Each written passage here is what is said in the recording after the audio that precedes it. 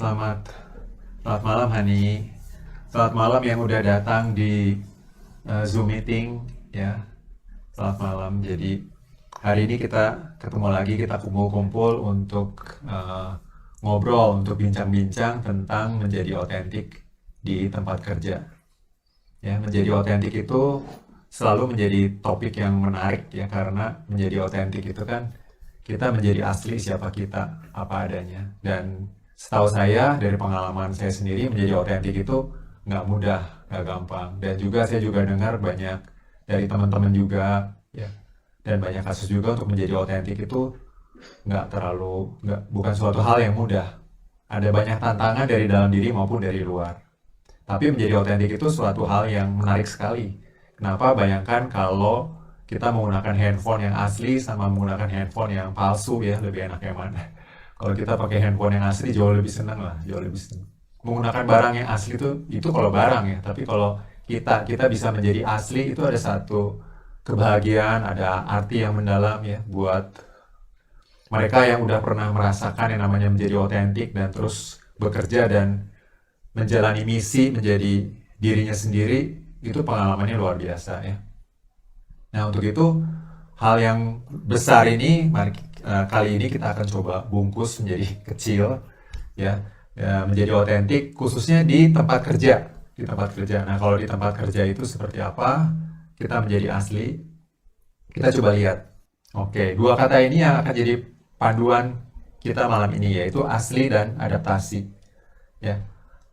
Asli dan adaptasi. Asli itu artinya bukan palsu dan tidak dibikin-bikin ya.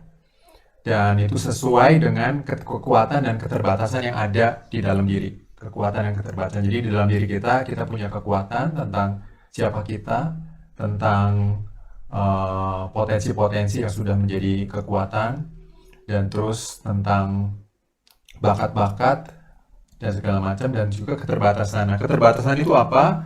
Ada keterbatasan yang alamiah, yang memang keterbatasan itu adalah bagian dari batasan dari kekuatan kita. Contohnya, saya bisa bermain musik, bermain gitar, tapi kalau disuruh nyanyi, jangan. Itu karena itu keterbatasan saya. Ya, jadi kita ada keterbatasan, tapi juga ada keterbatasan yang sesuai dengan pertumbuhan, dan juga ada keterbatasan yang akibat luka di dalam perjalanan. Lalu tentang adaptasi. Adaptasi itu apa? Adaptasi itu kita menyesuaikan diri dengan kondisi manusia dan lingkungan. Ya. Kayaknya kita juga sadar bahwa tidak mungkin kita setiap saat untuk bisa mengekspresikan siapa kita pada saat itu. Kalau misalkan lagi marah, terus bisa mengungkapkan kemarahan dalam kapan aja, itu juga nggak mungkin ya. Nah, artinya diperlukan kemampuan untuk adaptasi. Tapi bagaimana beradaptasi terjadi di dalam waktu di dalam pekerjaan. Nah, itu nanti akan kita bahas dengan Hani hari ini ya. Nah, apa untungnya untuk bisa menjadi otentik? Tadi udah jelas ya bahwa kayaknya nggak usah terlalu panjang dalam hal untungnya. Menjadi otentik itu suatu hal yang menyenangkan dan suatu hal yang banyak orang yang bilang bahwa itu adalah suatu impian ya. Tapi juga apa kesulitannya? Nah, kesulitannya juga nanti kita akan bahas. Nah, sekarang saya akan panggil Hani yang udah hadir di sini di Zoom meeting. Sudah hadir? Halo? Oke, iya. Oke. Selamat malam teman-teman semuanya. Makasih banget Kak Remi udah diajakin ngobrol pada malam hari ini. Terus topiknya sesuatu ya. Aku juga lagi ngulik banget. Jadi kerja di mungkin di sini kan karena untuk aku paling jago bagaimana menjadi diri sendiri tempat kerja, justru karena aku lagi dalam proses untuk semakin bisa jadi diri sendiri. Jadi semangat pengen sharing apa yang sudah aku temukan, bisa aku bagi ke teman-teman. Mungkin barangkali teman-teman malah lebih berpengalaman dan bisa berbagi juga bagaimana penemuan dan pengalamannya menjadi diri sendiri tempat kerja. Dan tempat kerja juga beda-beda ya. Tadi sebelum kita mulai sempat ngobrol sedikit sama Kak Remi, tempat kerja orang ada yang di kantor, ada yang di klinik, ada di pasien, ada di klien, ada yang di ruang kelas, ada yang di pabrik gitu ya, ada yang bersentuhan langsung sama masyarakat gitu. Nah, kita mungkin dalam hidup kita, pengalaman profesional kita kayaknya nggak semuanya kita jalani tuh ya. Jadi bisa aja yang aku bagikan, kalau nanti kalian ibu bagikan, relevan atau bisa terpakai di situasi kerja kami masing-masing. Silakan teman-teman yang rasakan sendiri resonansinya dan seberapa banyak bisa diterapkan di situasi kerja sesuai dengan bidang pekerjaannya. Oke, kita perkenalan dulu ya, kita perkenalan ya. Eh, saya perkenalkan diri saya Remy ya, Remy Hadinata. Saya PRH Edukator. Lokasinya di Bandung. Di Bandung saya buka kerjaan saya di Bandung. Jadi kalau saya mengenal diri saya sendiri itu sebenarnya adalah sebagai seorang guide ya. Guide itu seperti kalau misalkan kita lagi mau jalan-jalan ke gunung, misalnya di Tagumon Perahu gitu ada gunung.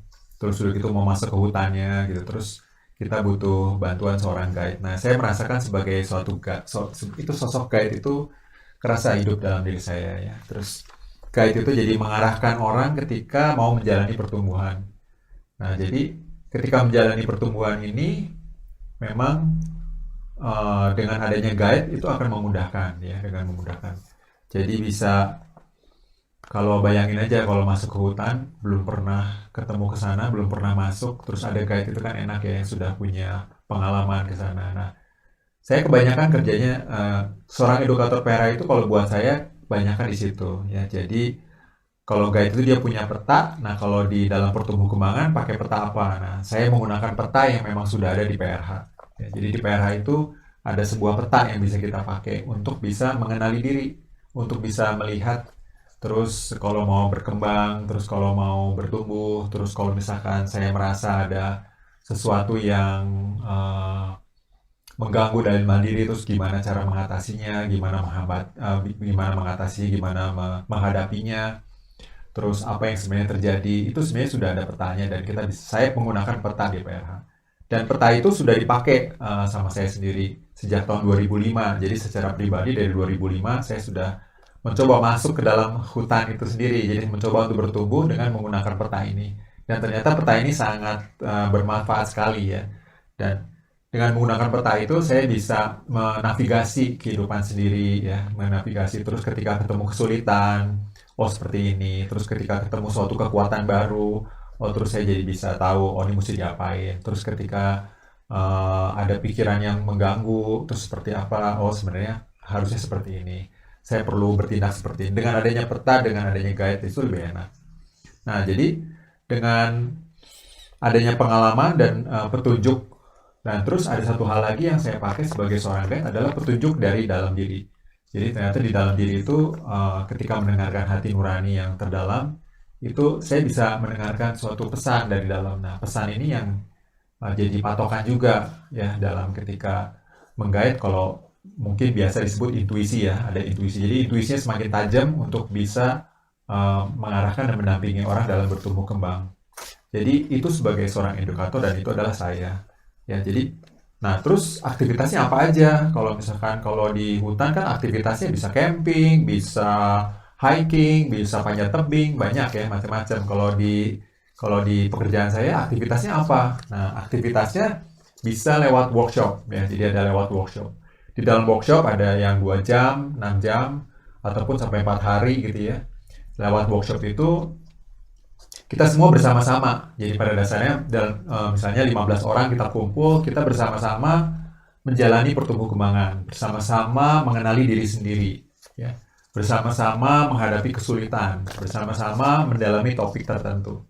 Nah, di dalam mendalami topik itu, saya seorang guide di dalam situ saya hadir sebagai guide, saya mendampingi, mengajari tekniknya, metodenya seperti apa untuk mengenali diri.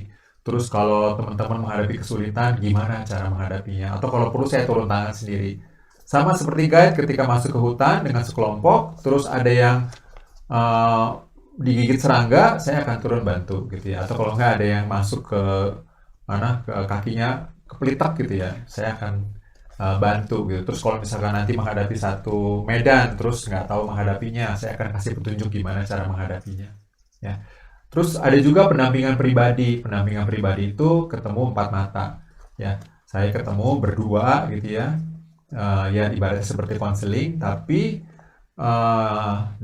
di dalam pertemuan empat mata ini atau dalam sesi konseling ini eh, terjadi pendampingan ya, pendampingan itu mirip kayak kalau kita masuk ke berenang, coaching berenang, terus berenangnya tapi private antara satu orang dengan satu orang guru. Nah, gurunya itu hanya fokus ke satu orang murid gitu, satu orang aja. Jadi kesulitan-kesulitan dalam berenang yang dihadapi satu orang itu akan khusus spesifik dibahas dan di apa dibahas di dalam sesi itu.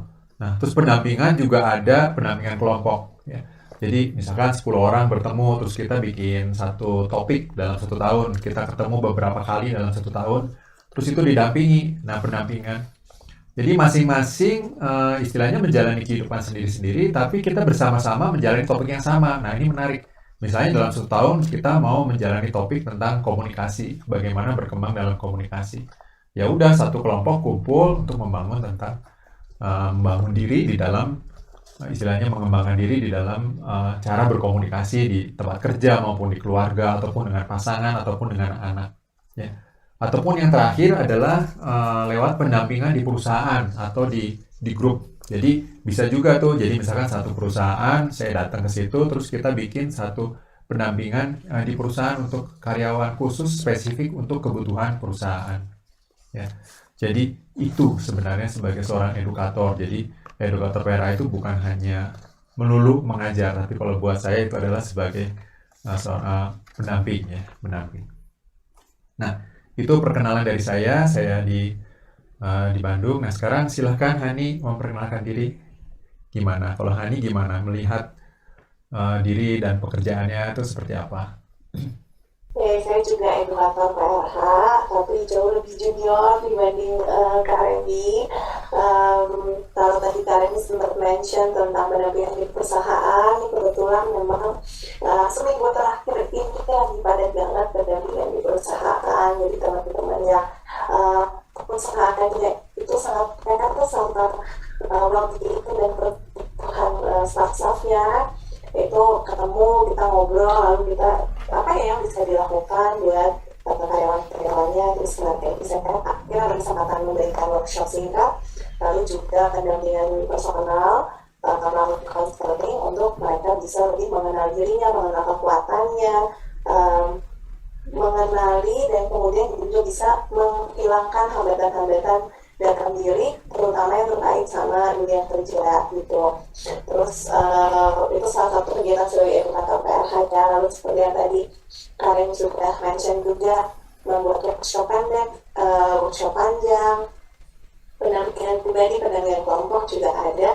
Lalu saat ini saya juga berperan sebagai value manager di satu perusahaan yang masih sangat muda, namanya Ramuraga, membuat teh fermentasi atau kombucha, tapi sebetulnya bukan hanya sebagai perusahaan minuman, tapi kami ingin semakin tumbuh menjadi enterprise yang kuat dan sehat dengan memperhatikan well-being orang-orang di dalamnya, dan bisa juga menularkan semangat itu ke enterprise-enterprise lain, bagaimana kita tetap bisa bertumbuh, tetap profit, tetap maju, tetap ekspansi dengan orang-orang yang di dalamnya itu bisa jadi dirinya sendiri. Jadi pas banget sama topik kita hari ini. Aku ada di level bukan hanya bagaimana menjadi diri sendiri di tempat kerja, tapi bagaimana membantu orang-orang baik di dalam organisasi yang sedang aku masuki ataupun klien-klienku, perusahaan-perusahaan itu, bagaimana supaya karyawan-karyawannya itu bisa menjadi diri sendiri di tempat kerja. Mungkin segitu dulu pengenalan dari aku. Ya, nanti kita akan lebih kenal lagi tentang Hani gimana ya. Jadi kami berdua memang ketemu di PRH ya, ketemu di PRH. Oke, kita kita langsung bicara tentang asli nih, tentang asli tadi satu kata asli, bahwa being authentic itu adalah tentang keaslian ya. Kita nggak menjadi diri orang lain, kita nggak menjadi palsu. Gimana kalau menurut Hani penjelasan tentang asli ini Apa yang bisa Hani sampaikan, bisa bagikan, sharingkan ke kita semua tentang menjadi asli, being authentic itu menjadi asli. Tapi aslinya itu seperti apa gitu ya? Aslinya itu bagaimana? Apakah memang asli karena kita merasa marah terus kita ungkapkan, atau sebenarnya aslinya itu seperti gimana? Bisa ceritakan Hmm. sedikit ke situ nggak? Iya, iya, menarik banget ya Kak ya. Kita memang penting untuk memahami dulu artinya, maknanya, dan bagaimana di kehidupan sehari-hari jadi asli itu seperti apa. Karena kadang-kadang aku suka dengar misalnya orang bilang, ya ini gue gitu, aslinya gue tuh begini gitu. Gue nggak bisa pura-pura gitu ya, nggak bisa jadi orang lain gitu. Nah maka penting sekali untuk kita tahu kita bagaimana supaya jadi asli, kita tahu dulu aslinya kita tuh yang mana. Dan asli yang ditawarkan di PRH itu adalah asli yang sesuai dengan jati diri kita yang sejati, dengan siapa kita di hakikat diri. Dan hakikat diri kita itu isinya kualitas-kualitas positif. Jadi kalau misalnya kayak, ya gue emang orangnya pemarah, emang gue tuh orangnya apa adanya, jadi kalau gue gak suka sama orang, gue akan langsung kasih tahu orangnya.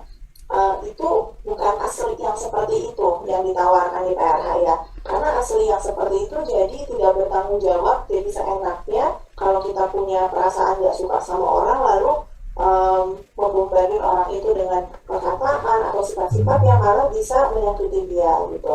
Maka jadi asli yang hari ini aku pahami dan aku coba jalankan dalam kehidupan sehari-hari adalah bagaimana aku terkoneksi dengan jati diriku yang sejati, bahwa aku adalah orang yang penuh kasih, aku suka merawat orang lain, suka berbagi informasi, apalagi yang bisa menambah uh, pengetahuan dan bisa bantu mereka upgrade dalam hidup, untuk mendidik, memberdayakan gitu. Aku orang yang sangat suka terkoneksi atau terhubung dengan orang lain, tapi di satu sisi juga aku adalah orang yang butuh sendiri, aku butuh me time, butuh recharge gitu. Jadi hal-hal seperti ini yang memang tidak 1-2 hari ya menemukan jawaban tentang siapa diri kita yang sejati, dari proses mulai bertanya tentang diri sendiri, ikut workshop PRH, ikut pendampingan pribadi, terkumpullah puzzle-puzzle tentang siapa diriku, dan yang aslinya diriku inilah yang aku coba aktualisasikan dalam kehidupan sehari-hari. Jadi itu asli versiku adalah asli gimana kita bisa menunjukkan kualitas diri kita sesuai jadi diri kita yang sejati. Iya, iya. Nah, tadi menarik banget. Ada satu kata yang saya suka gitu ya, yaitu disebutnya terkoneksi. Ya, Hmm. terkoneksi. Jadi, kalau kita perhatiin, mencari jati diri bisa lewat itu loh, bisa lewat yang lain lah, cara-cara lain yang ada di yang banyak sekarang ditawarkan ya, bisa lewat macam-macam gitu. Kita bisa tahu, oh ternyata gua tuh begini ya, saya tuh begini ya. Kita bisa lihat tuh hasil dari pemeriksaannya, kita bisa lihat. Tapi meskipun ada dalam satu selembar kertas dan kita melihat bahwa itu adalah kita gitu ya, dan saya gitu.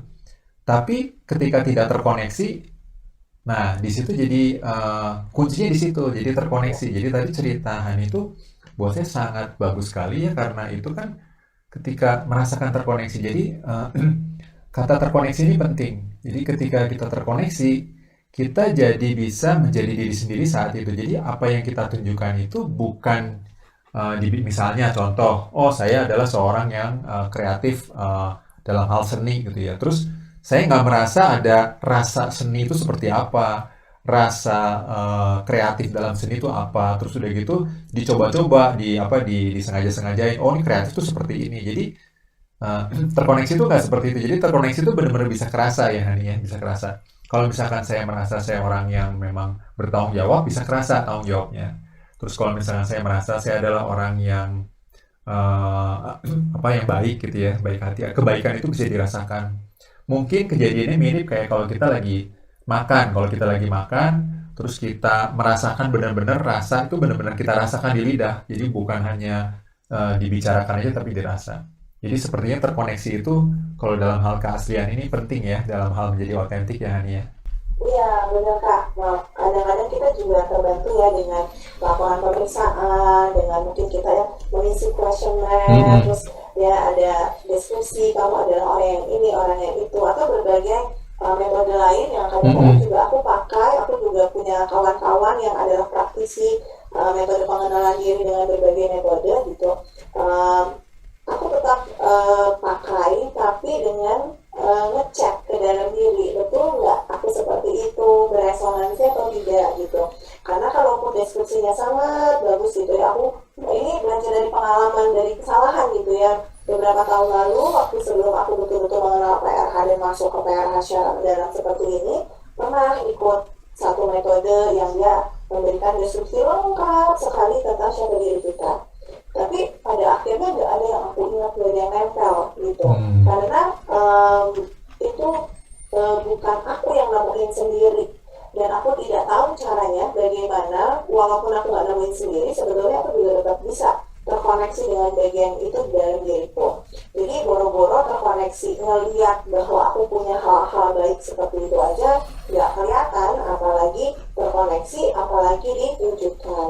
Makanya sekarang proses itu, tahapan itu mesti terjadi tuh. Kita bisa lihat realitanya dalam diri, kita bisa terkoneksi, dan kita bisa mewujudkan. Misalnya realita apa sih? Realita aku adalah orang yang bertanggung jawab, aku adalah orang yang bermurah hati, aku senang menolong orang, aku peduli terhadap orang lain, hal-hal seperti ini. Walaupun orang lain bisa lihat kita seperti itu, kalau kita nggak bisa lihat bahwa kita adalah orang yang peduli, kita misalnya menolak dengan bilang, ya namanya juga manusia harus peduli gitu ya kan, kita hidup di masyarakat harus peduli sama ngerasa di dalam diri ada kualitas kepedulian, itu akan berbeda sekali bagaimana kita menunjukkan keaslian kita di kehidupan sehari-hari. Jadi nambahin dari penekanan Karen tadi tentang koneksi, bahkan sebelum terjadinya koneksi kita perlu bisa dan bersedia dulu untuk melihat bahwa kita punya kualitas-kualitas tersebut. Iya, jadi tentang keaslian itu kita tahu asli itu ternyata kalau kita menemukan sendiri, kita tahu rasanya gimana, kita bisa dengan lebih mudah lah ya, bukan selalu mudah sih, tapi lebih mudah untuk melakukan koneksi dengan diri karena rasanya apa seperti itu, kita tahu rasanya gimana. Jadi bukan sesuatu yang diingat-ingat, bukan sesuatu yang keharusan, bukan dihafalin atau prinsip gitu ya. Wah, saya harus baik, baik gitu. Tapi benar-benar itu kerasa dan dengan ada kerendahan hati untuk menerima. Tapi berarti artinya ketika kita mau terima, melihat ke dalam, artinya bukan cuma kebaikan aja ya, bukan hanya yang positif aja. Karena kita menemukan realita yang kadang-kadang memang nggak menyenangkan juga ya. Misalnya saya mau melihat diri sendiri, tapi ternyata ada kenyataan bahwa oh iya ya saya itu memang ternyata ada kemarahan ya di dalam ya gitu. Nah itu terus gimana? Apakah itu asli atau gimana? Nah kalau di PRH kan kita melihat ada kekuatan dan juga ada keterbatasan ya. Dan tadi masalah terkoneksi berarti terkoneksi dengan siapa kita itu menjadi prioritas yang pertama ya. Jadi prioritas. Jadi ketika kita terkoneksi dengan siapa kita, itu kita akan bertumbuh dan itu menjadi prioritas. Artinya itu akan memberikan sesuatu apa ya? Kalau misalkan ada pilihan untuk bisa ketika lagi dalam situasi ada saya merasa marah atau saya merasakan saya juga ada satu kasih atau tanggung jawab terhadap kelompok yang lagi eh, di pekerjaan ya, kita kan konteksnya di pekerjaan, jadi kita sama rekan kerja kita ada rasa respect sama orang, tapi dalam kita juga ada marah. Nah mana yang mesti didahulukan? Ketika kita bisa merasakan ada skala prioritas dan ketika kita bisa terkoneksi ini menjadi pertama, maka respect itu menjadi pertama meskipun di dalam ada suatu kemarahan, kesel gitu ya, pengen ngomong gitu, itu menjadi nomor dua. Yang pertama adalah respect. Nah, jadi yang tentang masalah kesel kita simpan karena itu belum tentu tepat untuk dibagikan atau diungkapkan ke teman-teman di rekan kerja di tempat kerja ya. Ini seperti itu. Ya aku punya pengalaman Kak. Aku bisa nih merasakan kepedulianku, juga semangatku dalam melakukan pekerjaan itu, tapi juga ada perasaan tidak nyaman karena merasa tidak dihargai, bukan hanya karena kurangnya validasi atau pengakuan dari orang gitu ya, tapi juga aku sendiri meragukan kemampuanku, aku bisa nggak ya, benar nggak sih aku tuh punya kapasitas profesional di bidang ini gitu. Ngapain aku di sini kalau misalnya aku nggak berkontribusi secara nyata gitu. perasaan tidak nyaman karena aku meragukan diri, lalu kurang validasi eksternal yang memang mungkin tidak perlu ya kalau kita sudah pede dan yakin sama kemampuan diri sendiri, ya tidak segitunya butuh selalu dikasih tahu orang bahwa ya kamu benar, ya kamu bagus gitu. Tapi ya tetap nggak nyaman nih perasaannya. Di satu sisi juga kerasa di hakikat diri itu ada kepedulian, tanggung jawab, dedikasi. Gimana ya navigasinya?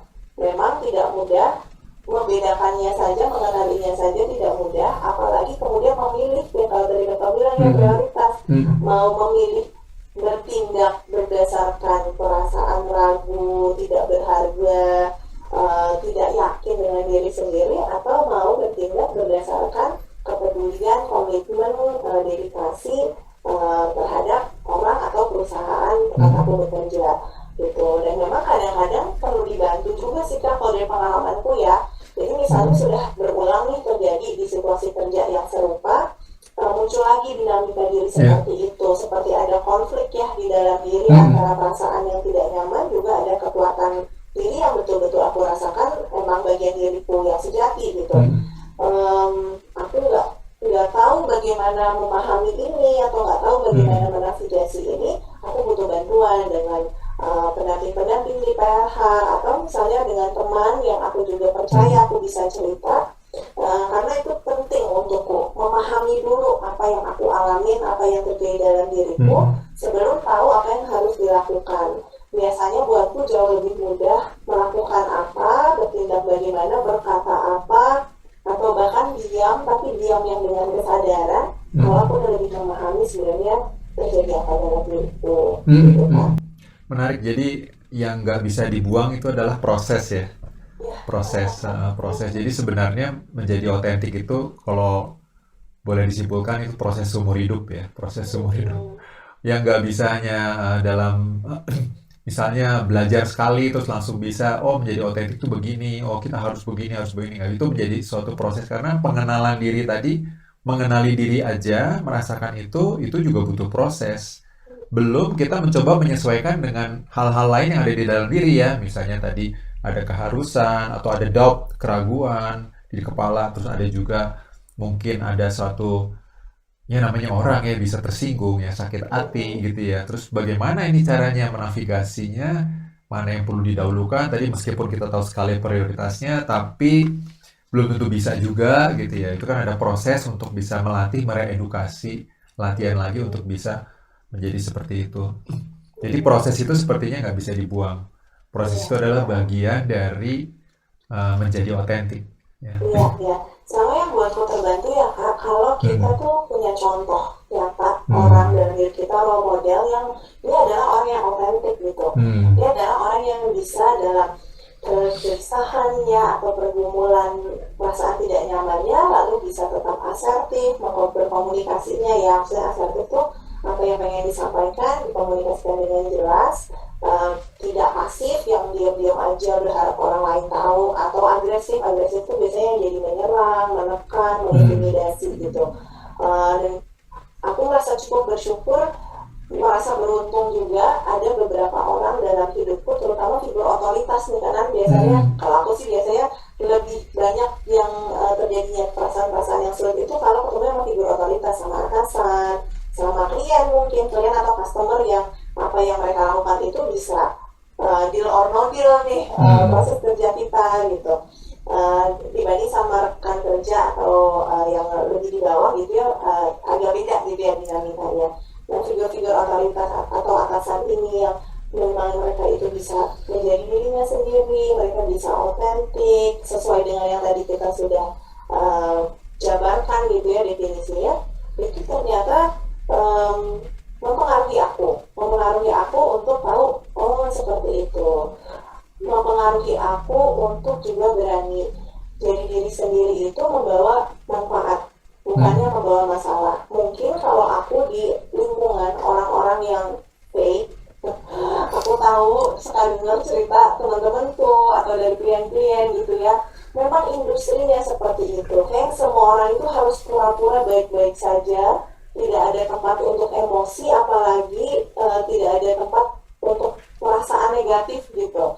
Gak boleh kelihatan marah, gak boleh sedih, gak boleh murung. Aduh, kita kan manusia ya, bukan robot gitu, dan bahwa perasaan itu ada bagian yang penting juga buat diri kita.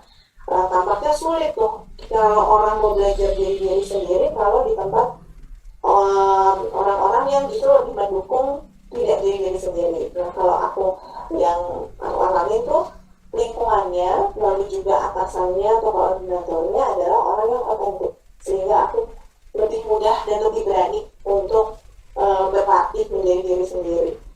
Iya, karena ini suatu proses, jadi memang role model atau yang bisa kita pakai untuk menjadi figur ya, menjadi figur, kita bisa tahu arahnya kemana. Jadi kita bisa tahu arahnya ke mana, dan pas lagi perjalanan ke sana juga, kalau ada yang mendampingi atau yang tadi kita sebut sebagai guide ya, mendampingi, kita bisa tanya ke dia, kita bisa menghemat waktu dalam perjalanan, nggak mencoba-coba, dan kita nggak terlalu apa ya, kalau di hutan itu istilahnya ini semak belukar, coba deh masuk semak belukar, wah udah luka-luka dulu gitu, udah luka-luka dulu.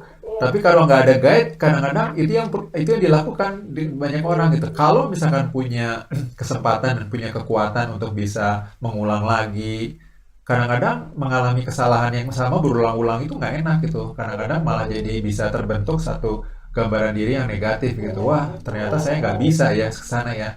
Padahal sebenarnya coba sekali lagi aja, mungkin dia berhasil gitu, mungkin dia berhasil. Tapi coba sekalinya itu nggak ada gitu, karena memang di dalam diri udah muncul gambaran diri negatif yang membuat keraguan itu.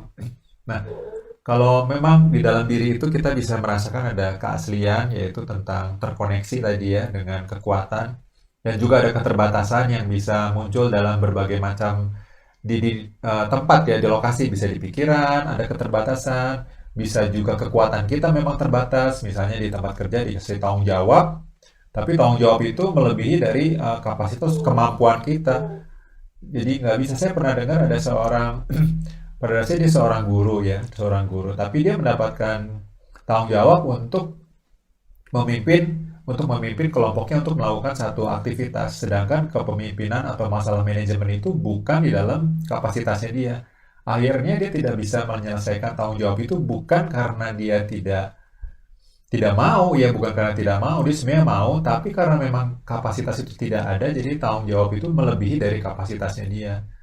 Nah, itu menjadi sulit ya, jadi sulit. Nah, jadi tadi saya benar-benar balik lagi ke contohnya tadi dari Hani ya, tentang lingkungan yang kondusif. Kalau kita punya lingkungan kerja yang kondusif, itu beruntung sekali lah. Kenapa? Karena di tempat kerja itu kita mendapatkan tanggung jawab yang sesuai dengan kemampuan kita, dan kita punya wewenang, dikasih wewenangnya gitu. Kalau punya kemampuan dikasih tanggung jawab tapi nggak ada wewenang, itu juga wah luar biasa sulit gitu.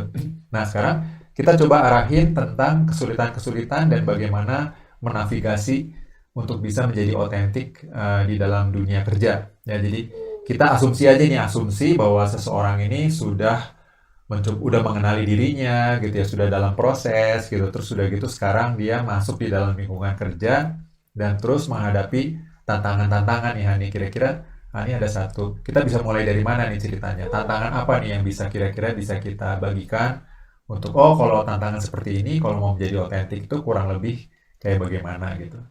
Oke, kita coba bebas dulu aja kali angle-nya. Iya, angle-nya bebas aja. Dan up each other stories gitu.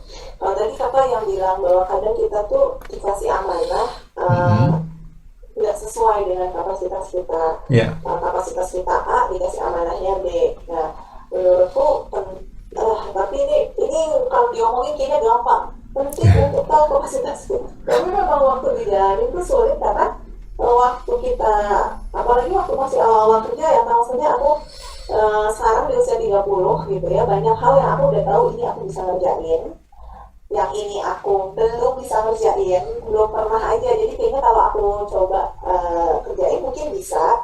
Ada hal-hal yang kayak please jangan ngasih kerjaan yang kayak gitu, aku gak bakalan bisa, aku udah pernah nyoba dan I failed miserably, dan malah akan menjadi dampak buruk buat yang lain. Nah, itu mengetahui area kapasitas kita tuh ya, yang kita bisa, kita belum pernah nyoba, kemudian dicoba bisa, ada potensi lah ya, ada potensi, sama yang kita kayaknya nggak bisa sama sekali gitu. Ibaratnya tuh kayak lampu hijau, lampu kuning, lampu merah tentang kapasitas kita di dunia kerja. Karena kalau kalau misalnya kita dikasih amanah sesuai dengan lampu hijaunya kita, enak banget ya gitu. Kita memang yakin kita bisa. Kalau kita dikasih amanah di kapasitas yang kita belum benar-benar tahu, bisa kita coba, asalkan juga orang yang memberikan amanah itu memberikan keleluasaan ya, memberikan ruang untuk kita eksplorasi, untuk kita konsultasi juga sama orang-orang yang memang mungkin lebih tahu. Dan yang akan jadi tantangan sulit sekali, yang sayangnya sering aku lihat di sekitarku dan atau orang yang mendampingi adalah mereka tidak tahu bahwa mereka nggak bisa di situ. Dan orang yang memberikan amanah juga fail juga untuk melihat bahwa dia tidak berkapasitas di situ. Dua-duanya sama-sama berjuang, yang ngasih amanah berusaha ngasih arahan, ngasih instruksi, petunjuk praktis, yang pegawai atau stafnya juga berusaha fulfill gitu, tapi nggak ketemu gitu. Dan kalau mereka ada di titik tidak berhasil melihat realita itu, maka rasanya pasti akan jadi gak enak banget buat dua-duanya. Dan tadi yang kakak bilang negatif self image, gambaran diri negatif, kita kalau ngerjain sesuatu yang kita nggak bisa, gagal lagi, pasti kan gak enak banget ya. Dan kita akan jadi melihat diri kita negatif terus, dan kita kehilangan waktu untuk mengeksplorasi di area yang lampu kuning dan lampu hijau tadi gitu, yang kita memang beneran bisa, atau kita kalau kita coba kita masih bisa. Jadi mungkin itu satu topiknya dulu, tantangan di jadi otentik adalah ketika kita tidak jeli melihat kapasitas kita secara spesifik, lalu kita memaksa diri untuk ahli, terampil, mahir di area kapasitas yang memang bukan kita. Apalagi ditambah dengan orang di sekitar kita nggak bisa lihat juga gitu. Ya, berarti tantangannya itu yang pertama banget ya. Tantangan adalah tentang mengenali diri, yaitu self knowledge ya, dan juga terkoneksi, tapi bukan terkoneksi tapi sudah tahu bahwa kita ada di sana dan sudah melalui tahap pembelajaran, misalnya ada tahap latihan. Soalnya ada satu bidang pekerjaan yang saya rasa nggak bisa ada ruang untuk eksplorasi, Hani, yaitu pilot ya. Pilot. Ya, kita nggak mungkin menyerahkan, saya nggak mau ada pilot yang pilot itu lagi eksplorasi, lagi coba-coba. Saya nggak mau gitu. Jadi atau dokter bedah, saya nggak mau dioperasi sama dokter yang lagi eksplorasi, lagi coba-coba. Kayaknya ada bidang-bidang yang memang secara begitu masuk ke dalam mengambil profesi itu aja, dia bukan hanya tahu bahwa itu terkoneksi dengan dia, tapi memang sudah punya keahlian dalam certain degree untuk bisa bekerja di situ. Ya, jadi beberapa profesi memang menuntut itu. Nah, tapi saya bisa bayangin orang yang lagi latihan nih, yang gila dari sekolah sampai latihan, praktek, belum benar-benar dioperasi benerannya atau nyetir mengemudikan jadi pilot sebenarnya gitu, tapi terus dia menjalani proses itu, tapi itu bukan dirinya sendiri. Itu kayaknya berat ya, Jadi dia menjalani itu karena dia tidak terkoneksi dengan dirinya sendiri dan mencoba itu dan kreativitasnya nggak ada ketika kalau di PRH itu jelas apa tanda-tandanya terkoneksi. Tanda-tandanya adalah kita merasakan ada sebuah energi ya, ada daya bahwa kita semangat gitu untuk menjalani itu. Terus kita merasakan kreativitas. Kadang-kadang kreativitasnya itu lebih gitu ya. Kadang-kadang kita nggak ngerti datangnya dari mana, tapi terus ada aja itu datang. Karena saya ada di komunitas pelukis dan teman-teman pelukis tuh kadang-kadang gitu, dia melukis suatu hal yang luar biasa gitu, indah gitu, tapi dia bilang ya saya juga nggak tahu, ini datang aja gitu ya. Jadi ada suatu kreativitas gitu ya. Dan terus ada intuisi. Jadi kadang-kadang mendengarkan sebuah intuisi, ada sebuah petunjuk gitu. Oh ini hati-hati, ini salah. Oh ini benar, itu semua. Jadi ada tanda-tanda memang penting ya, yang ketika kita terkoneksi dan benar-benar kita itu tadi tentang kreativitas, intuisi, ya terus kita mendapatkan energi, terus kita mendapatkan daya, dan kita bisa merasakan adanya satu keberartian. Nah, jadi itu proses awal yang memang tantangan awal yang memang nggak bisa dihilangkan. Tapi kalau kita ngomong profesi yang memang nggak seperti pilot atau kalau nggak dokter bedah tadi, itu kadang-kadang ada orang yang nyemplung tanpa memang membawa pemahaman tentang siapa. Nah, itu memang butuh ruang untuk eksplorasi dan memang butuh didampingi dan memang butuh dia dibantu ya untuk bisa nemuin. Benar-benar. Ya Kak, kalau kayak kita pun ya dalam profesi kita sebagai edukator PRH kan kita panjang sekali trainingnya. Sampai Iya, sekarang iya. pun masih training gitu. Jadi rasanya waktu yang pertama kali aku ketemu klien gitu ya, membukanya bagaimana, cara kita mendengarkan, cara kita memasuki jalur eksplorasi, menemani mereka sampai ke kesimpulan, kita tuh udah belajar dulu sebelum kita terjun gitu, dan bahkan udah latihan dulu. Banyak profesi yang arah pendidikannya seperti kita ya, nuansa pendidikannya seperti kita. Sehingga ketika sudah ada di bidang profesional kayak tadi pilot buang penumpang, ya dia udah benar-benar bisa mengendalikan pesawat gitu ya. Yang kemarin masih coba-cobanya belum pakai pesawat yang bawa penumpang gitu.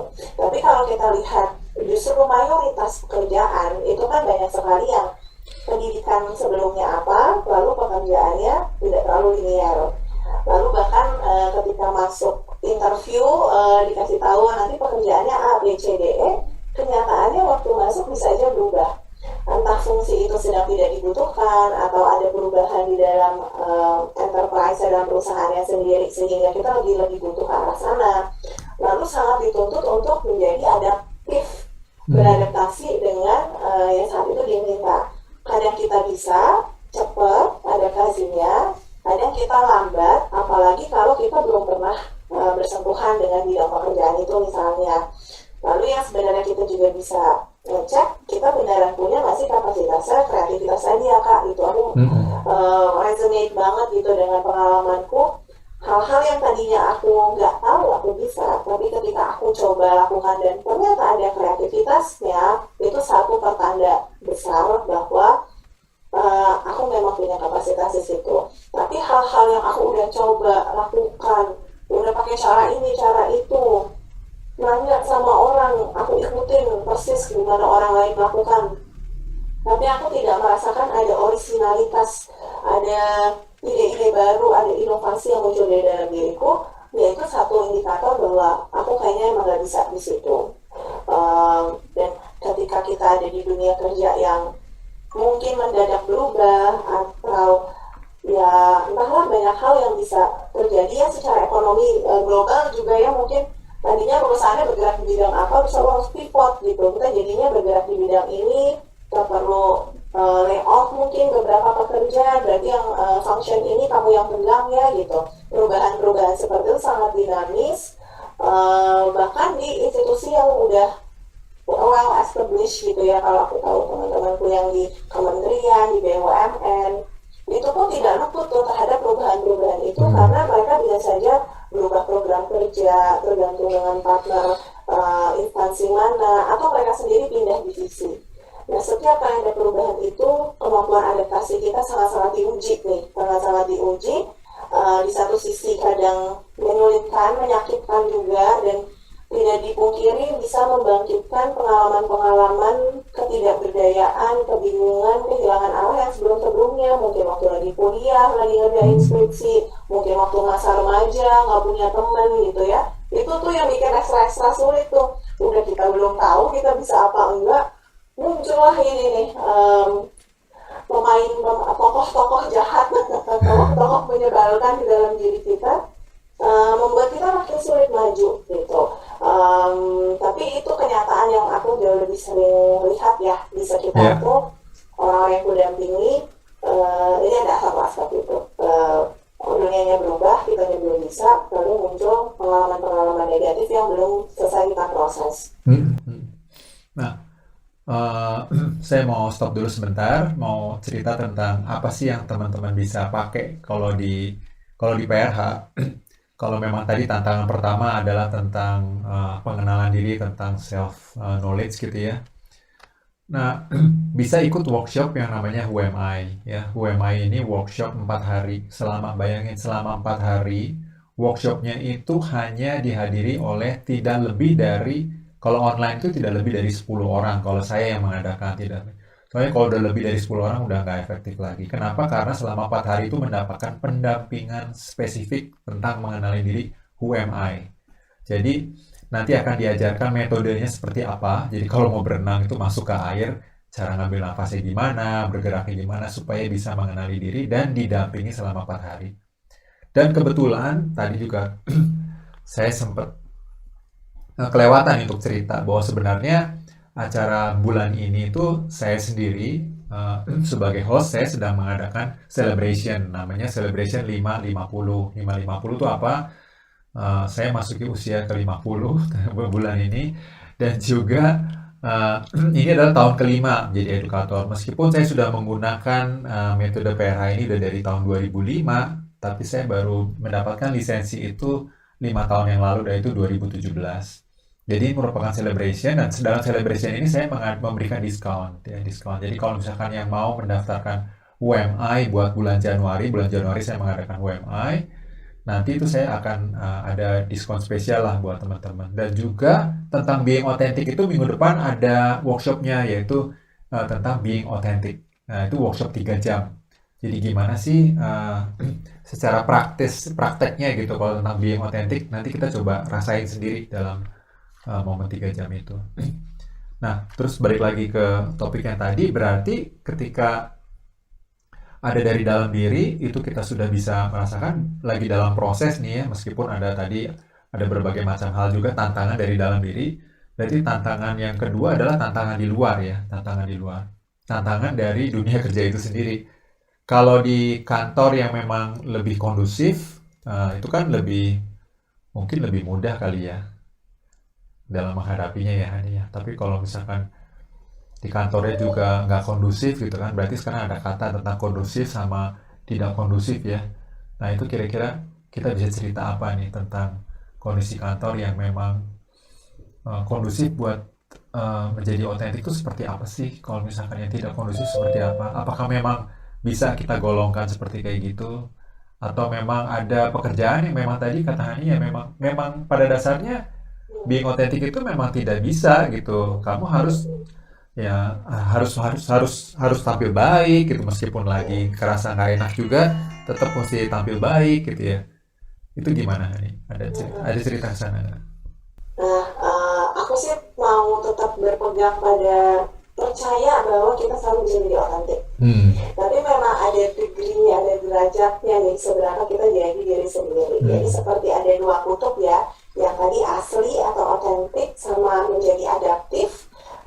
Itu kita perlu ketemu titik equilibriumnya di mana pada tipe kerja yang berbeda, suasana kerja atau lingkungan kerja yang berbeda, kitanya juga sendiri di tahap pertumbuhan yang seperti apa tuh bisa beda-beda. Mungkin aku bisa cerita dari pengalamanku, kayaknya kalau waktu aku baru lulus itu dulu karena kan belum tahu nih aku punya kapasitas apa ya gitu. Terus untuk masuk ke dunia kerja yang waktu itu aku lumayan banting setir dari belajarnya apa lalu bekerjanya apa, aku tuh kehilangan gitu otentisitas aku. Nggak berasa diriku tuh seperti apa, aku banyak ngikutin aja orang tahu aku ngapain gitu, jadi lebih banyak adaptifnya.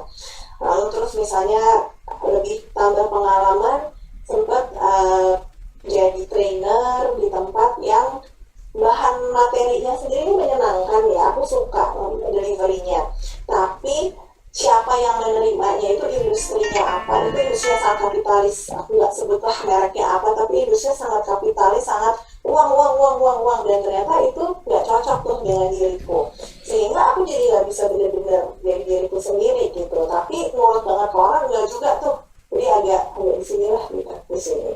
Nah semakin aku mengenal diriku tuh semakin bisa ketemu di dialektika keseimbangan antara adaptif sama otentik. Aku membayangkan kalau teman-teman yang bekerjanya langsung berhadapan dengan customer gitu ya di bidang service, customernya marah-marah, nyebelin banget gitu. Terus otentiknya kita tuh adalah kita mau tegas mengasih tahu bahwa iya nggak bisa, terserah mau komplain tapi nggak bisa seperti itu.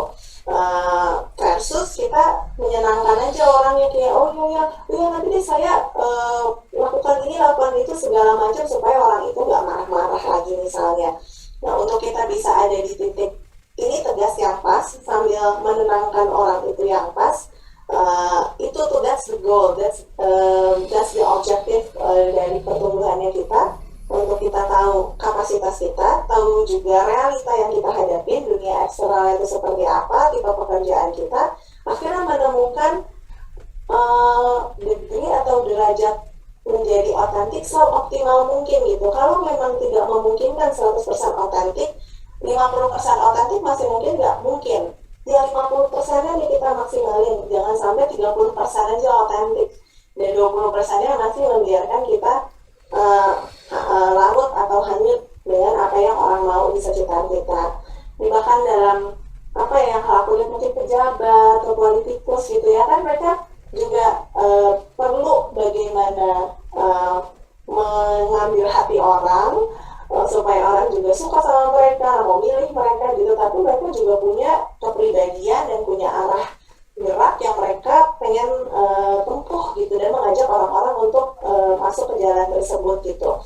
Atau misalnya kalau aku pekerjaanku yang lain adalah mengajar gitu, kadang gede gitu sama murid-murid kok nggak mau fokus gitu ya. Bagaimana membawa otentisitas aku bukan dari marah-marahnya, tapi dari kepedulianku dan cara aku kepada mereka. Mereka perlu belajar, tapi mereka juga kayaknya kalau diajak belajar pakai caraku nggak nyampe. Adaptif nih, kita mesti adaptif. Diajak main dulu kali ya gitu, atau diajak ngobrol tentang K-pop dulu kali ya gitu, supaya mereka ngerasa santai, terhubung, baru abis itu dibawa ke pelajaran yang sebenarnya. Jadi bagaimana menjawab tantangan itu adalah kita semakin aware, semakin sadar bagaimana menemukan keseimbangan menjadi diri sendiri, otentik dan adaptif terhadap tuntutan lingkungan. Ya, keseimbangan, terus kemampuan untuk bisa accept realita bahwa saat itu lingkungan ya kita tidak bisa menuntut untuk dirubah sesuai dengan apa yang kita mau. Pada dasarnya dengan adanya acceptance itu bisa membangkitkan kita bisa untuk melihat untuk bagaimana kita bisa adaptif tadi ya. Saya mendengarkan seperti itu. Terus ada juga tentang proses yang tadi menarik sekali waktu Hani bilang banting setir. Oh itu ternyata prosesnya nggak mudah sekali ya buat Hani banting setir. Jadi dalam proses adaptif itu juga ada di titik dimana kadang-kadang juga nggak tahu apakah ini cocok atau enggak, sampai akhirnya bisa mengenali bahwa memang oh iya saya cocok di sini, sampai akhirnya bisa merasakan juga bahwa ada degree adaptif gitu ya. Kalau hanya udah cerita tentang degree adaptif berarti udah mengalami prosesnya cukup panjang dan banyak pengalaman yang memang bisa dirasakan. Ada satu pengalaman nggak yang Hani bisa ceritain nih? Nggak usah yang memang spesifik tentang pengalaman di dalam proses banting setirnya itu, ada satu buah cerita nggak yang menarik yang memang bisa kita dengar nih saat ini?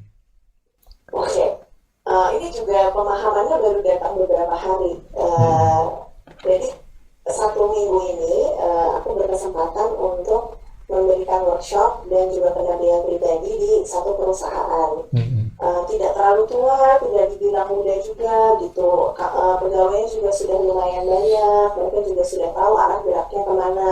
Nah mungkin karena sudah tidak lagi di masa ini survive apa enggak nih, ada cuan apa enggak nih, laku apa enggak, udah lewat itu masanya. Mereka udah laku, udah kemana-mana, bahkan udah bisa ekspor. Tapi sekarang makin melihat pentingnya timnya itu solid, dimulai dari pribadi atau individu yang solid dulu dengan dirinya, supaya kita bisa lari bersama-sama, nggak ada yang kececer, nggak ada yang ketinggalan. Nah, bersyukur bahwa prosesnya itu lancar, terlihat mereka bisa menikmati prosesnya. Lalu ketika rangkaian program di tempat itu sudah selesai, aku ada satu memori yang muncul bahwa ini bukan pertama kalinya aku masuk ke dalam perusahaan lalu memberikan program pengembangan diri. Aku pernah melakukannya 5 tahun yang lalu, ini keren juga ya. 5 dan 4 tahun yang lalu, kebetulan itu proyeknya 2 tahun, walaupun nggak full 2 tahun ya, tapi ada di tahun 2017 lalu di tahun 2018. Dan di ketika itu aku waktu itu happy banget sih, wah proyeknya gede, duitnya lumayan gitu. Soalnya kan ya semakin gede klien yang ditanganin, orang-orangnya juga banyak yang terlibat dalam proyek itu, ya konsekuensi logisnya adalah satu banyak kan. Tapi kok nggak, setelah dijalanin kok nggak se-happy itu ya, kok ada yang mengganggu, ada yang mengganjal. Kan ini kita memberdayakan orang dari dalam perusahaannya sendiri, tapi kenapa nggak se-fulfill itu, rasanya nggak sepenuh itu. Ternyata tadi seperti yang aku udah sempat mention sedikit di depan, programnya sendiri menarik, tapi nanti siapa yang menerimanya itu atau perusahaan seperti apa yang aku bantu itu yang nggak align dengan diriku. Dan ketika aku bisa membandingkannya yang aku akan berikan di minggu ini dan yang aku berikan di 5 tahun yang lalu, kalau yang minggu ini tuh aku fokusnya memberdayakan satu orang per individu, tiap pribadi menjadi lebih kenal dirinya dan menjadi lebih berdaya, sehingga mereka bisa membangun tim yang berdaya. Kalau yang dulu, tiap pribadi itu dibentuk menjadi seperti yang perusahaan inginkan. Jadi kalau perusahaan tuh pengennya pegawainya tuh punya A, B, C, D, E gitu. Gimana caranya kita bikin program supaya mereka bisa menjadi seperti itu. Jadi kalau yang sekarang fokusnya bagaimana membantu mereka menjadi otentik, kalau yang dulu bagaimana membantu mereka menjadi adaptif gitu. Sangat bertolak belakang dan menarik sekali bahwa pemahaman itu, realization itu ya butuh 5 tahun untuk full circle. Ada 2 pilihan memang bagaimana kita mau bertumbuh di dunia kerja, apakah menjadi semakin adaptif dengan apa yang perusahaan minta atau semakin otentik menjadi diri kita sendiri dan bisa membawa keindahan, kualitas dan keunikan kita untuk berkontribusi terhadap kemajuan tempat kerja kita. Iya, jadi memang menjadi otentik itu tantangan buat semua level, bukan cuma hanya buat karyawan, tapi juga buat pemilik kerja ya. Jadi moga-moga dengan sharing kita dengan cerita kayak gini, kalau misalkan ada yang mendengar ini dia adalah owners atau dia punya pemegang keputusan yang tinggi gitu ya, dia punya wewenang tinggi, semoga bisa lihat bahwa ketika perusahaan itu diisi dengan orang-orang yang memang otentik, yang memang tahu kekuatannya apa, dan dia bisa beradaptasi dengan lingkungannya, bisa bayangin aja ya, terus ada kreativitas, terus dia bisa punya intuisi, dan dia punya karakter itu jelas gitu ya, dan dia bisa memberikan itu buat perusahaan. Bagaimana rasanya kalau di dalam perusahaan itu terdiri dari, nggak usah semua lah, mungkin 20% aja mungkin dari karyawan seperti itu juga, itu udah membawa dampak yang bagus ya. Semoga tentang otentisitas ini juga owner juga akhirnya jadi sadar, oh ini penting nih. Jadi ketika memberikan pelatihan, bukan cuma hanya saya pengen membentuk orang-orang yang ada di perusahaan ini atau karyawan seperti apa, tapi kasih kesempatan juga mereka untuk bisa menjadi diri sendiri, menemukan sendiri, menjalani proses penemuan diri, dan akhirnya mengalami kecocokan dan bisa menemukan titik yang tadi disebut otentisitas itu. Mereka tetap bisa beradaptasi, tapi adaptasinya nggak terlalu banyak. Kalau adaptasi terlalu banyak itu membawa kelelahan buat orang-orang tertentu ya. Nah, tapi ada juga di sini tuh yang mendengarkan ini bukan cuma hanya owner aja, tapi mungkin memang bagian dari perusahaan adalah karyawan. Jadi, nah kalau di pihak itu tadi kita perlu sadar juga tentang keterbatasan. Kadang-kadang kita ada di suatu perusahaan yang memang keterbatasannya itu dari lingkungan nggak bisa dirubah. Kalau nggak bisa dirubah, kitanya perlu punya daya adaptasi yang memang itu di challenge ya, daya adaptasinya di situ ya nih. Iya, dan mungkin acceptance, tadi kakak juga sempat mention ya, acceptance, penerimaan terhadap realita, misalnya memang kita pengennya bergerak segini banyak gitu ya di dalam perusahaan, tapi ruang geraknya cuma segini. Bahwa memang ada frustrasi dan kita perlu belajar hidup dalam frustasi tersebut. Ya. Lalu apakah memungkinkan yang bagian yang belum teraktualisasi ini, apakah ada outletnya di luar pekerjaan? Misalnya kalau misalnya kita belum ada di level, nih kalau aku sendiri tuh baru menyadari pekerjaanku saat ini belum terlalu mengeksersis kemampuan pemimpinku. Nah, ternyata itu penting. Kebanyakan kerja sendiri nih gitu ya, nggak dalam tim, jadinya nggak terasa nih kemampuan memimpin. Kemudian aku mencari kegiatan yang di luar pekerjaan formal, apakah dalam komunitas, mungkin dalam kegiatan-kegiatan bermasyarakat atau kegiatan agama gitu ya, tergantung teman-teman aksesnya bagaimana gitu ya terhadap lingkungan di luar pekerjaan. Lalu kita jadi bisa mengaktualisasikan diri kita di luar pekerjaan. Karena, dan jangan terlalu dipikirin kayak kalau kayak gitu malah nggak dapet duit gitu. Kita harus cari kerjaan yang 100% kita jadi diri sendiri. Kalau realitanya belum memungkinkan seperti itu, kita harus pintar-pintar tuh milih, oke, di area kerja kita bisa jadi diri kita sekian % luar pun tidak mendapatkan uang atau bahkan mengeluarkan uang untuk kegiatan-kegiatan tersebut, tapi kita akan sangat-sangat mendapat manfaat dengan kita bisa jadi diri kita seoptimal mungkin. 80% lah kalaupun gak jadi 100%. Dan pertumbuhan kita secara pribadi akan sangat berdampak dalam performance kerja kita di pekerjaan yang formal, juga dalam relasi personal. Aku sering bilang orang tuh bekerja dalam sehari itu bisa 8 jam, 9 jam bahkan bisa lebih panjang, lebih banyak dibandingkan kita bersama dengan pasangan, dengan anak-anak, dengan keluarga kita, dengan orang tua.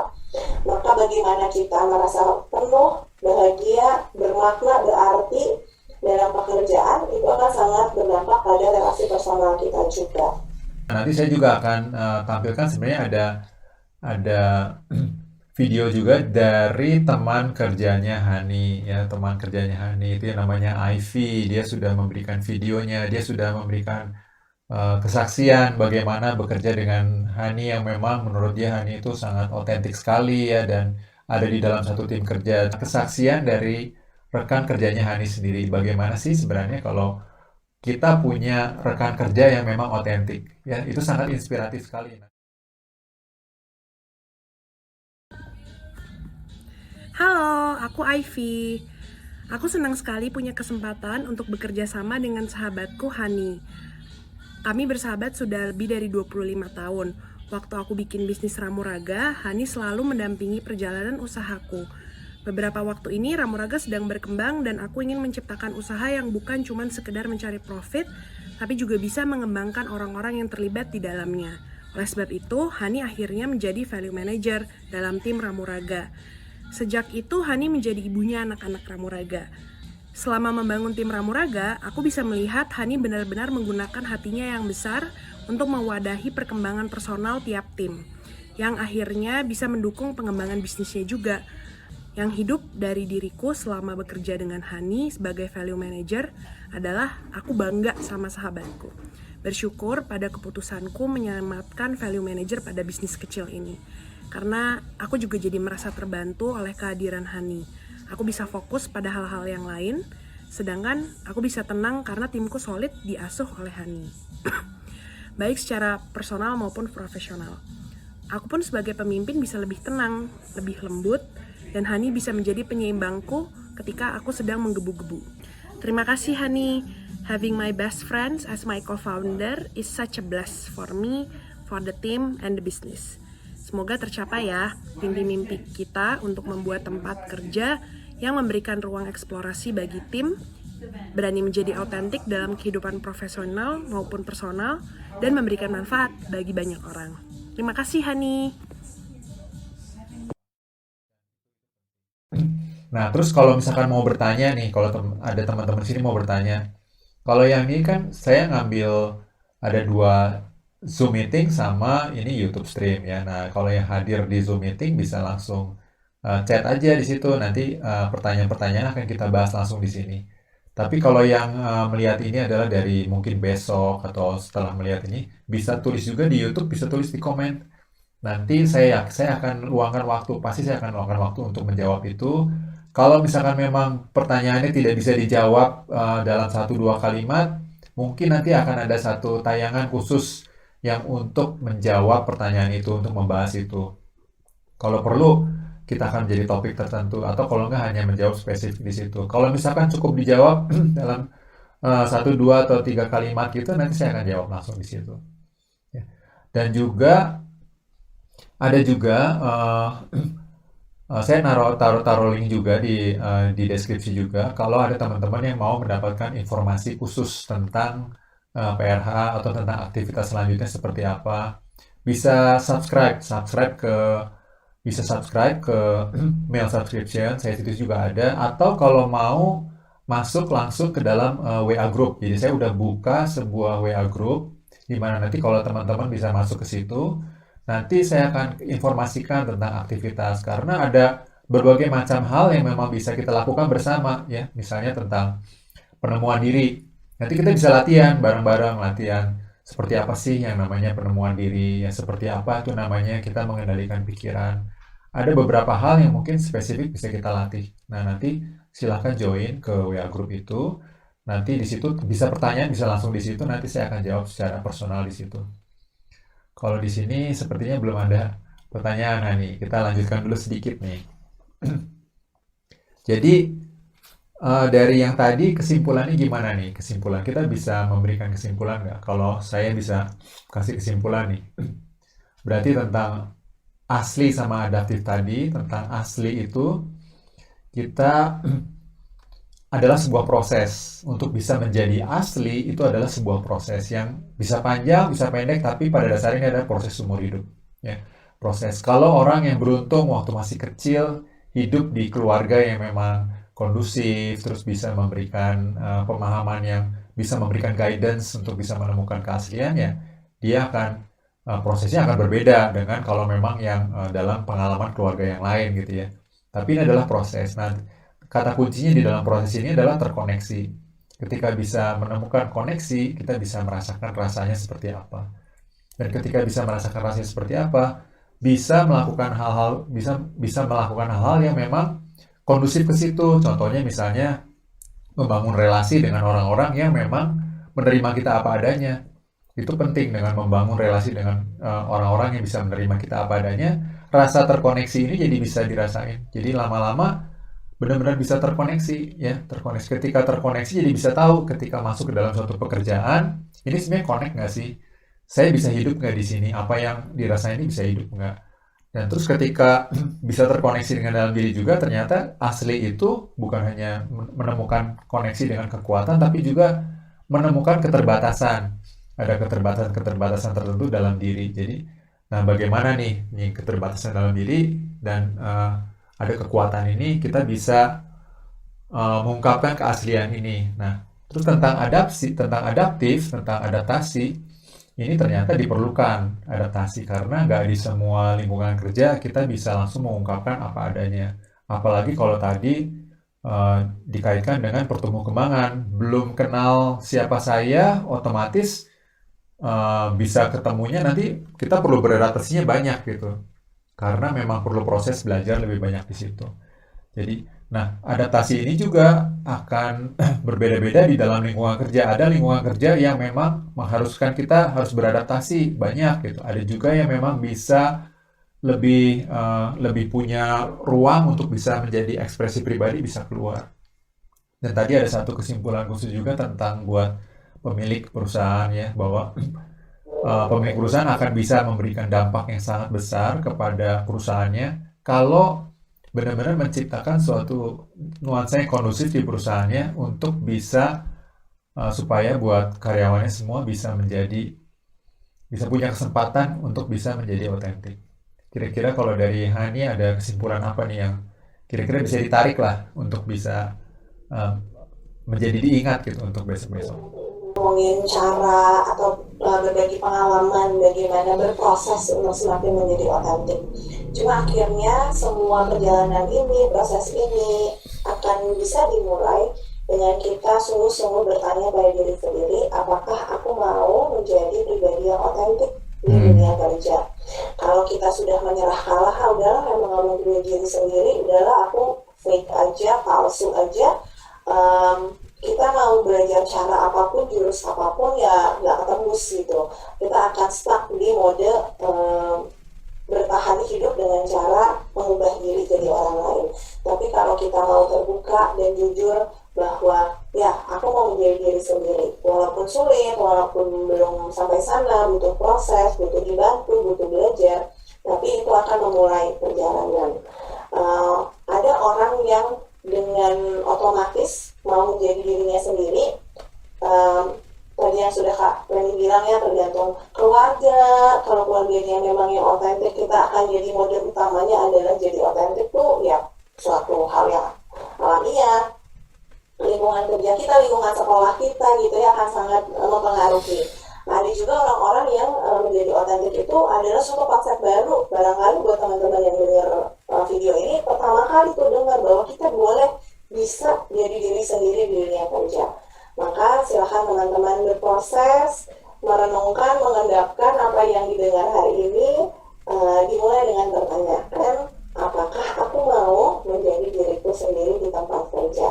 Kalau ketemu jawabannya ya aku mau, silahkan kontak Kak Remi, kontak aku, atau siapapun yang dalam jangkauan gitu ya. Selama kita mau, pasti bantuannya akan datang dan kita bisa maju lebih cepat, akselerasi, terstruktur dibandingkan kita tidak mau atau dibandingkan kita berjuang dengan diri kita sendiri. Kalau kita lagi mau belajar cara yang baru, maka kita harus belajar dari orang yang sudah bisa dan sudah pernah menempuh perjalanan tersebut. Ya, ya. Terima kasih Hani. Jadi kalau yang mau lebih jauh kontak nanti bisa lihat di deskripsi. Nanti saya akan bisa bagaimana kontak ke Hani, bagaimana kontak ke saya juga. Kalau ada yang mau lihat website PRH juga nanti bisa lihat di situ.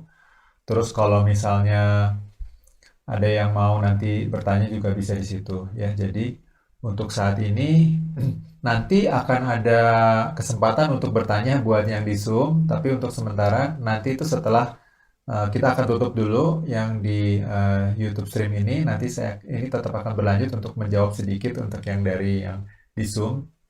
Jadi terima kasih Hani atas kehadirannya di bincang-bincang ini. Senang banget bisa ketemu karena saya bisa merasakan ya ada fire dari Hani itu tentang masalah dunia kerja ini dan pertumbuh kembangan di situ dan bagaimana bisa menavigasi diri di dalam dunia kerja, terutama dalam being otentik ini dalam kerja ya. Dan jadi pengalaman-pengalaman sama cerita Hani tadi itu benar-benar bisa memberikan inspirasi ya. Semoga inspirasi ini bukan cuma buat saya aja tapi juga bisa buat teman-temannya. Jangan lupa ikuti, subscribe supaya nanti kalau ada yang mau tahu tentang masalah apa bisa ikuti workshopnya, atau dengan mengikuti channel ini nanti jadi bisa sedikit demi sedikit belajar, sedikit demi sedikit bisa disebutnya mengunyah ya mengunyah dan mendigest sedikit demi sedikit gitu. Kalau misalkan mencerna ya, kalau misalkan memang konteks being authentic atau kalau nggak bertumbuh ini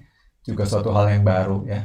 Sabar aja karena saya rasa yakin pasti itu akan terjadi. Terima kasih Hani.